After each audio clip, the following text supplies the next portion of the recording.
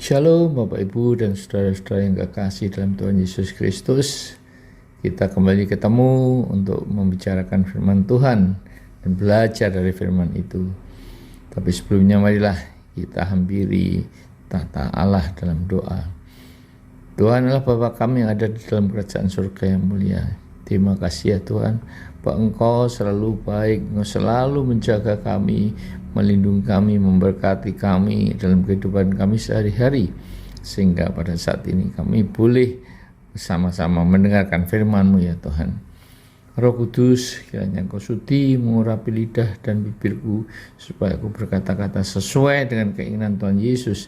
Dan begitu juga Kau juga urapi anak-anak-Mu yang mendengarkan firman-Mu. Berikanlah mereka rema dan pengertian dengan membuka selubung mata hati mereka. Ya Roh Kudus, Kau urapi kehidupan mereka supaya mereka berubah menjadi pelaku-pelaku firman. Berbicaralah Tuhan, kami siap mendengarkan, dan dalam nama Tuhan Yesus kami berdoa dan mengucap syukur. Amin. Saudara-saudara, kali ini kita akan sharing firman dengan topik arti yang real atau nyata dari salib.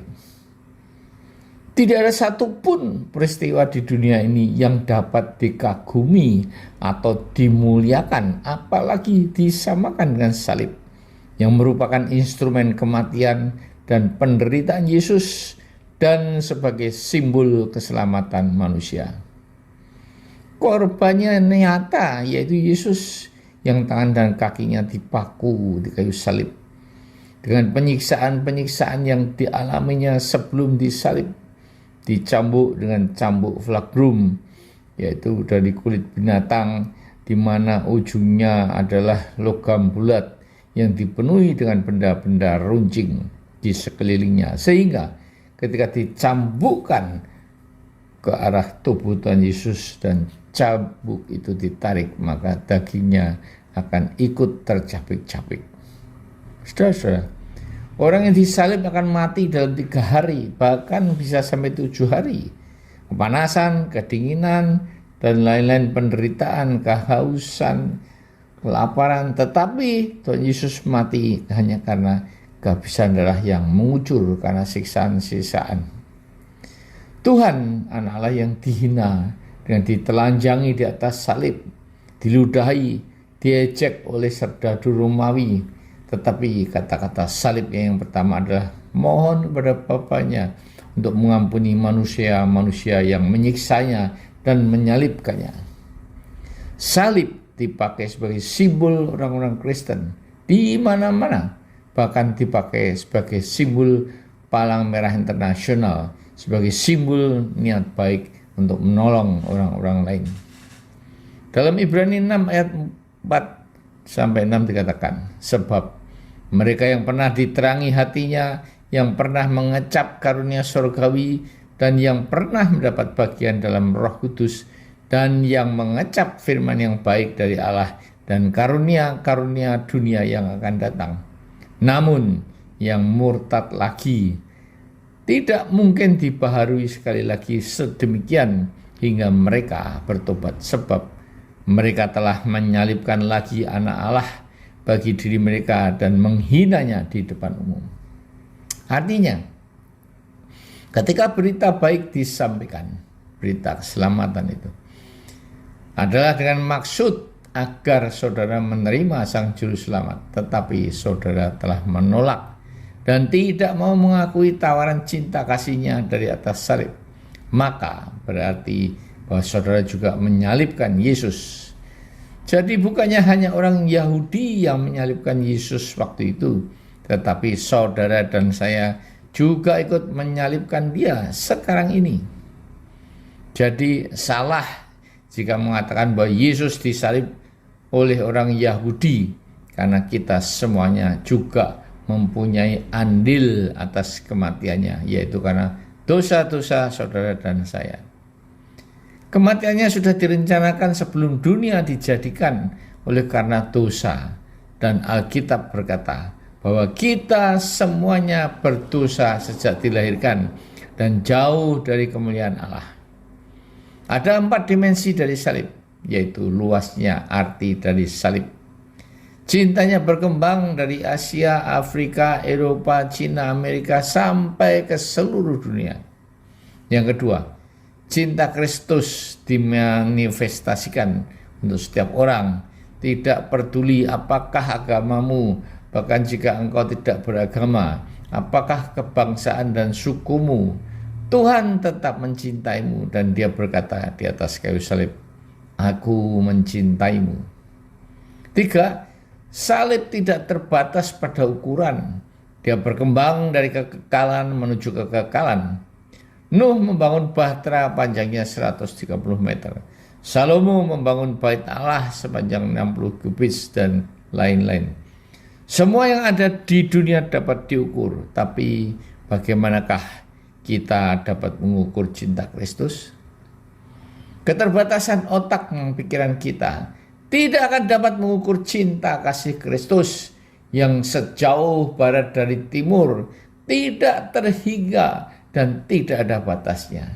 Cinta yang setinggi langit dan sedalam lautan, cinta yang murni dan suci, kasih agape, kasih yang hanya memberi tanpa mengharapkan balasan maupun imbalan. Yang keempat, Allah telah memberikan putranya yang tunggal untuk kita sebagai korban bakaran, korban penebus dosa, sehingga kita dibebaskan dari maut atas hukuman untuk dosa-dosa kita yang seharusnya kita terima. Salib yang melambangkan hubungan vertikal, yaitu hubungan kepada Allah. Lewat saliblah Tuhan menarik kita ke atas, dan arah horizontal menunjukkan hubungan kepada sesama manusia. Salib ke arah vertikal yang melambangkan ketata Allah. Perintah Yesus untuk mengasihi Tuhan Allahmu dengan segenap hatimu dan dengan segenap jiwamu dan dengan segenap akal budimu. Arah horizontal yang melambangkan kasih kepada sesama manusia seperti dirimu sendiri. Pada kedua hukum inilah tergantung seluruh hukum Taurat dan kitab para nabi. Suatu lambang yang sempurna tentang kasih. Sekarang sudah saatnya saudara memutuskan, apakah saudara mau menerima Yesus Kristus sebagai juru selamatmu? Ilmuwan-ilmuwan mencari dunia luar angkasa makin jauh dan makin jauh lagi, tetapi mereka tidak dapat menjauh dari Tuhan. Subjek dari astronomi mempelajari sampai menguasai ruang angkasa, dapat mendarat di bulan sampai mendekati ke planet-planet lainnya untuk menyelidiki dan sebagainya. Namun surga adalah di luar sana yang tidak dapat diketahui manusia keberadaannya. Akan tetapi saya percaya bahwa surga adalah suatu tempat. Saya percaya jalan-jalannya dibuat dari emas murni, di mana kelak saya akan hidup di sana. Tempat yang tidak ada tangis dan duka, di mana ada yang tinggal di gubuk, namun ada juga yang diberi mansion, rumah mewah dengan semua fasilitas-fasilitas yang disediakan. Dan semua ini bergantung pada kehidupan kita di dunia dan bagaimana kita melayani Tuhan, memuliakan namanya, menyenangkan hatinya. Yes, surga adalah tempat yang penuh dengan kemuliaan. Saudara-saudaraku, sebagai orang Kristen, kita tidak cukup pada taraf hanya percaya saja. Karena setan pun juga percaya, bahkan dengan takut dan gemetar. Iblis tidak akan usil selama kehidupan saudara dan saya hanya begitu-begitu saja. Sekalipun saudara dan saya pergi ke gereja secara rutin, tetapi ketika firman disampaikan, pikiran kita melayang-layang kemana-mana, ngerumpi, sampai firman dijadikan obat tidur. Iblis baru akan bekerja jika saudara dan saya mempunyai hubungan yang dekat dengan Tuhan.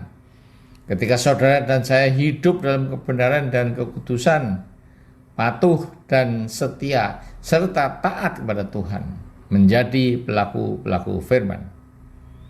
Begitu juga ketika saudara dan saya sudah meninggalkan keinginan daging, keinginan mata, dan keangkuhan hidup, karena semuanya itu berasal dari dunia. Marilah saudara-saudara, bertobatlah dan tinggalkan kehidupan hedonis yang mengutamakan kehidupan duniawi. Kenikmatan daging yang sifatnya hanya sementara di dunia yang fana ini.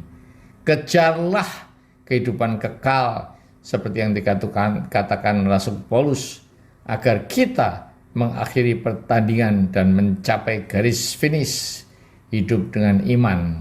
Finishing well seperti Tuhan Yesus di atas kayu salib. Tetelestai, sudahlah genap. Dan Rasul Paulus yang meninggalkan semua hidup keduniawian yang dianggap sampah demi untuk memperoleh Kristus.